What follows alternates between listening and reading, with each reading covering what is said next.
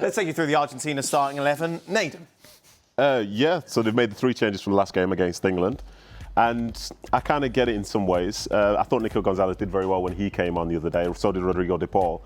I think it's interesting that Paredes is out of that setup because I thought in some ways they probably could have done with an anchor being in there. But this team, we can see it on paper and say, you know, they're going to go in as second favourites in this match. But it's Argentina and it's Lionel Messi. As Craig said the other day, it's the best player he's ever seen. And I think millions of people think the same. So it'll be very, very hard to say that's not going to be good enough. This Argentinian midfield, the changes from the England game smells like they want to wind up Spain even more than they wound up England, particularly with Rodrigo de Paul coming in and Nico Gonzalez. There's not a natural wide player in Simeone.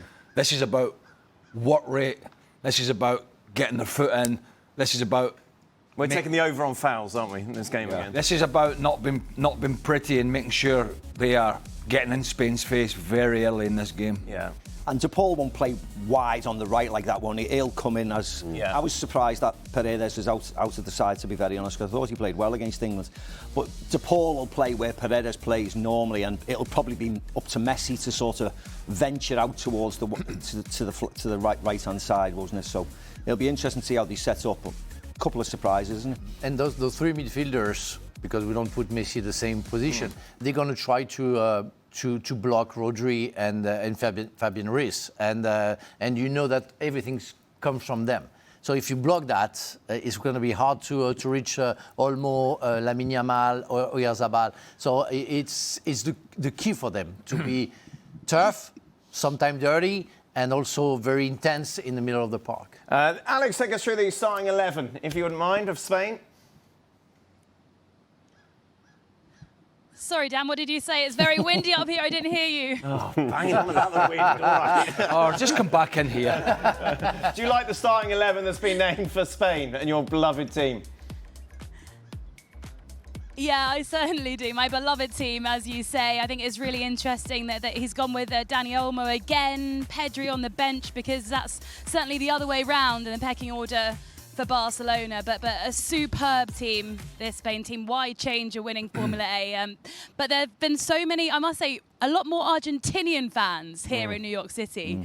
I was in Times Square yesterday. I could barely move for all the Messi shirts. A sea of Argentinian fans, and also Lionel Messi now no longer the all-time leading scorer in World Cup history after Kylian Mbappe scored twice yesterday against England. So he's certainly going to be hungry to get back on the score sheet, reclaim his record. So yeah, I'm really, really looking forward to this final. I have gone with that bold prediction, but hopefully it's going to be closer than a 3-0 win for Spain. But yeah, really, really looking forward to it, Dan. We should have sent you to Times Square yesterday. That would have been great TV. Wouldn't that have been awesome? Imagine that. Imagine how grumpy you'd be. How angry you would have been. That would have been awesome. That would have been great. I thought I was there last night. He was somewhere, but he doesn't know where. You walked to Times Square a couple of times, didn't you?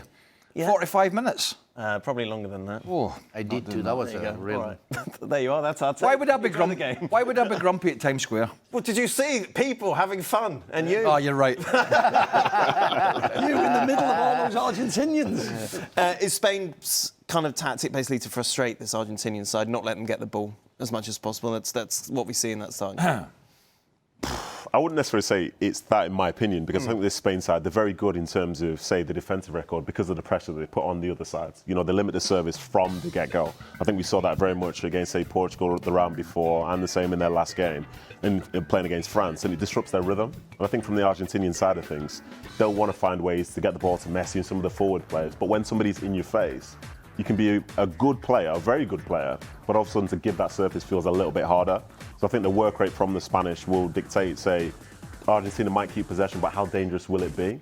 And then when they have the ball, they want to be able to do it at their own tempo, not just going side to side. I think at times people labeling like tiki-taka football and so on is a bit of a negative sort of like tone in my mind because they're looking to get the ball to the key players as quickly as possible. So yeah, it'll be interesting to see how they try and slow down Argentina and they make Argentina work, because you guys have rightly mentioned throughout this tournament, Argentina playing extra times, they look a bit tired. Well, it's a lot harder to play the game when you don't have the ball, because essentially all you're doing is cardio, you know. So I think from the Spanish side, if they control the ball in that manner, I think that's there. You mentioned that Argentina have got that experienced lineup who've been there, done that. How much does that affect Spain? Obviously, first time for these players. We know exactly what Argentina are going to do. The boys mentioned they're going to try and ruffle their feathers. Have these players got the experience domestically to be able to carry that onto this stage and not let them get to them? Yeah, well, they have the experience because most players, they play in a grade level and for big clubs. And they won the Euros, didn't they, 2 years ago? They won the Euros. Some of them won the Champions League with their clubs, so they know what a final is. And again, it's a different matter today because you play for your country and the game of supposedly your career. And in contrary with the Argentinians, it's the first time for most Spanish players. And the Argentinians, they know what's going on. They will have less pressure because most of them, they already have won that World Cup. So they know that even if they lose, it's not a big deal because they already won it.